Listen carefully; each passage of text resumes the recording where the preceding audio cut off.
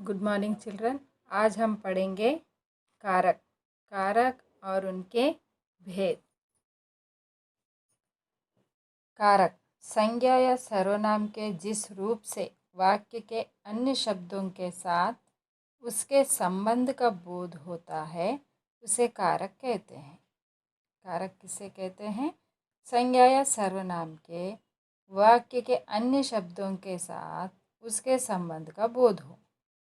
कारक विभक्ति चिन्ह। कारक विभक्ति संज्ञा अथवा सर्वनाम शब्दों के बाद ने, को, से, के लिए आदि जो जिन चिन्ह लगाते हैं वह चिन्ह कारक विभक्ति कहलाते हैं। अथवा व्याकरण में शब्द संज्ञा, सर्वनाम तथा विशेषण के आगे लगा हुआ वह प्रत्याशी ना विभक्ति कहलाता है उसे, जिससे पता लगता है कि उस शब्द का क्रियापद से क्या संबंध है। कारक कारक और कारक विभक्ति। कर्ता कारक ने, उदाहरण काम करने वाला। कर्म कारक को, जिस पर काम का प्रभाव पड़े।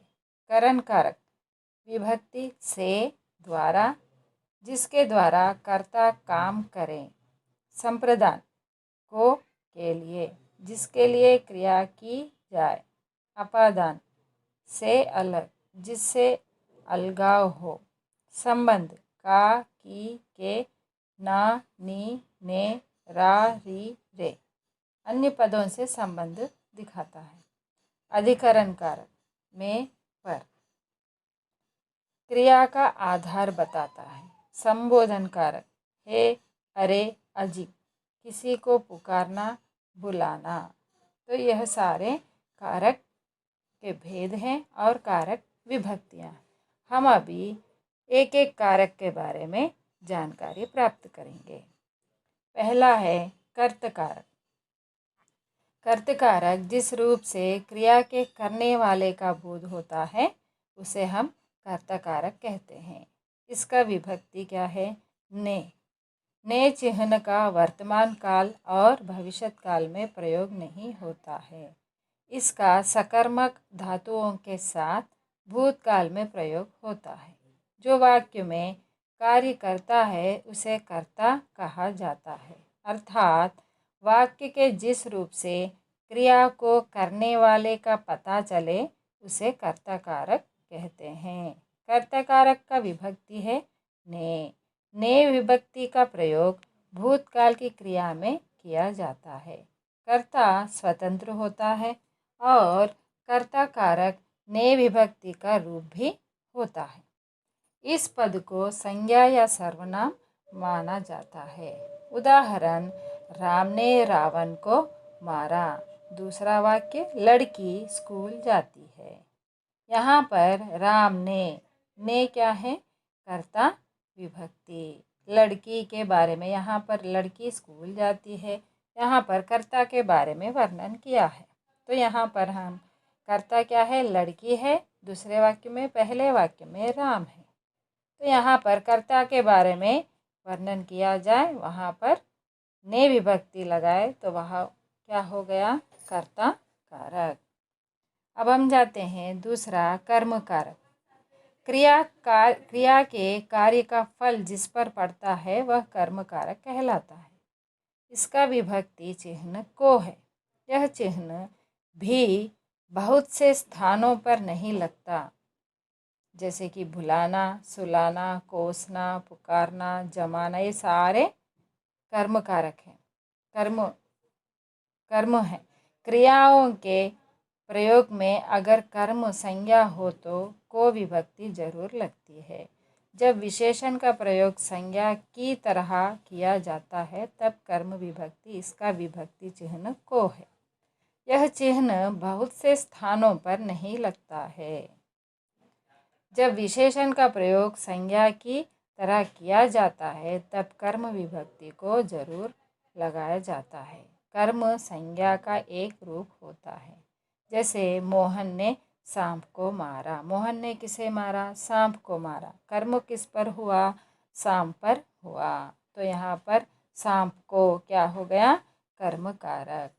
करण कारक संज्ञा आदि शब्दों के जिस रूप से क्रिया के करने के साधन का बोध हो, अर्थात जिसकी सहायता से हम कार्य करते हैं या कार्य संपन्न हो, वह करण कारक कहलाता है।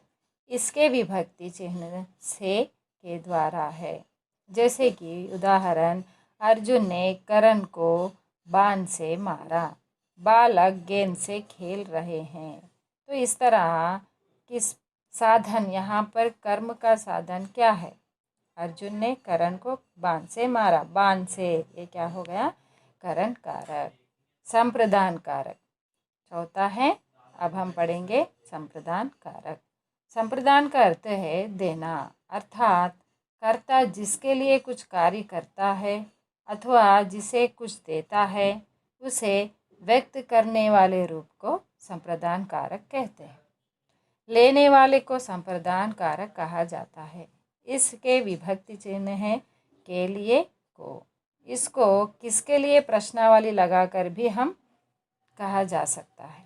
सामान्य रूप से जिसे कुछ दिया जाता है या जिसके लिए कोई कार्य किया जाता है, वह संप्रदान कारक होता है। उदाहरण, स्वास्थ्य के लिए सूर्य को नमस्कार करो। के लिए, सूर्य, स्वास्थ्य के लिए, किसके लिए हमें सूर्य को नमस्कार करना चाहिए? स्वास्थ्य के लिए। तो हम स्वास्थ्य के लिए सूर्य को नमस्कार करते हैं। यहाँ पर संप्रदान कारक क्या हो गया? स्वास्थ्य के लिए।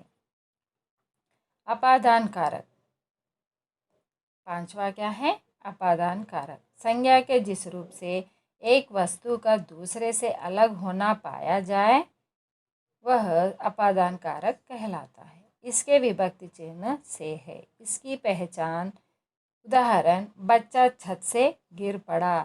बच्चा कहाँ से गिर पड़ा? छत से। यहाँ पर क्या अर्थ हो गया? छत से अलग हो गया। तो यहाँ पर जो वस्तु अलग हो जाती है या व्यक्ति अलग हो, वहाँ पर अपादान कारक होता है। संगीता घोड़े से गिर पड़ी, अलग हो गई वो घोड़े से। तो यहाँ पर कोई वस्तु या व्यक्ति अलग हो किसी वस्तु से, तो वहाँ पर अपादान कारक होता है। संबंध कारक शब्द के जिस रूप से किसी एक वस्तु का दूसरी वस्तु से संबंध प्रकट हो, वह संबंध कारक कहलाता है। इसका विभक्ति चिन्ह का, की, के, रा, री, रे, ये सारे संबंध कारक विभक्ति है। इसकी विभक्ति संज्ञा, लिंग, यह वचन के अनुसार बदल जाती है। उदाहरण, यह राधेश्याम का बेटा है। राधेश्याम का बेटा है। तो यहाँ पर राधेश्याम से संबंध बेटे का बताया जा रहा है।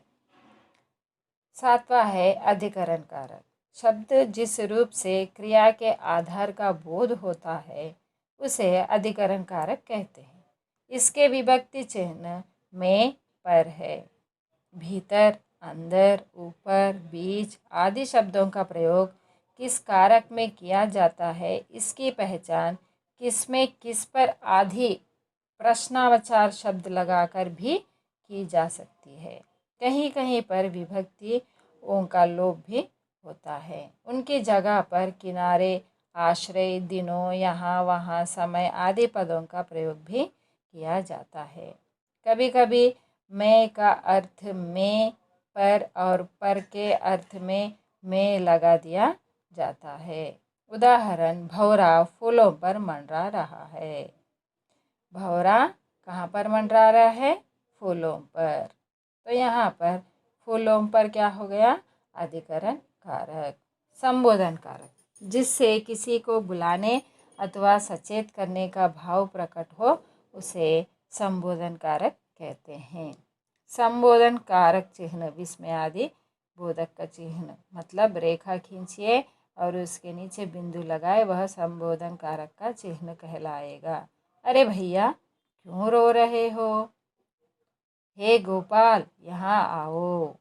तो इस तरह हम किसी को बुलाएं या किसी को सचेत करें, तो यहाँ पर क्या होता है? संबोधन कारक। तो बच्चों, मैं आशा करती हूँ कि आपको कारक समझ में आया हो। धन्यवाद।